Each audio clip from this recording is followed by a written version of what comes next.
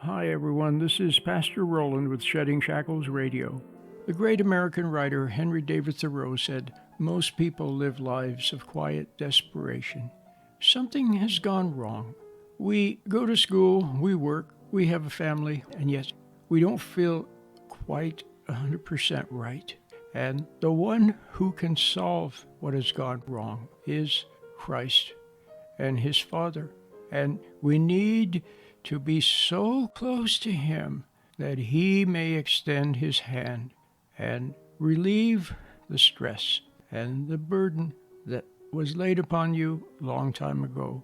I would like to personally invite you to listen in to the Shedding Shackles radio program 24/7 at sheddingshackles.com.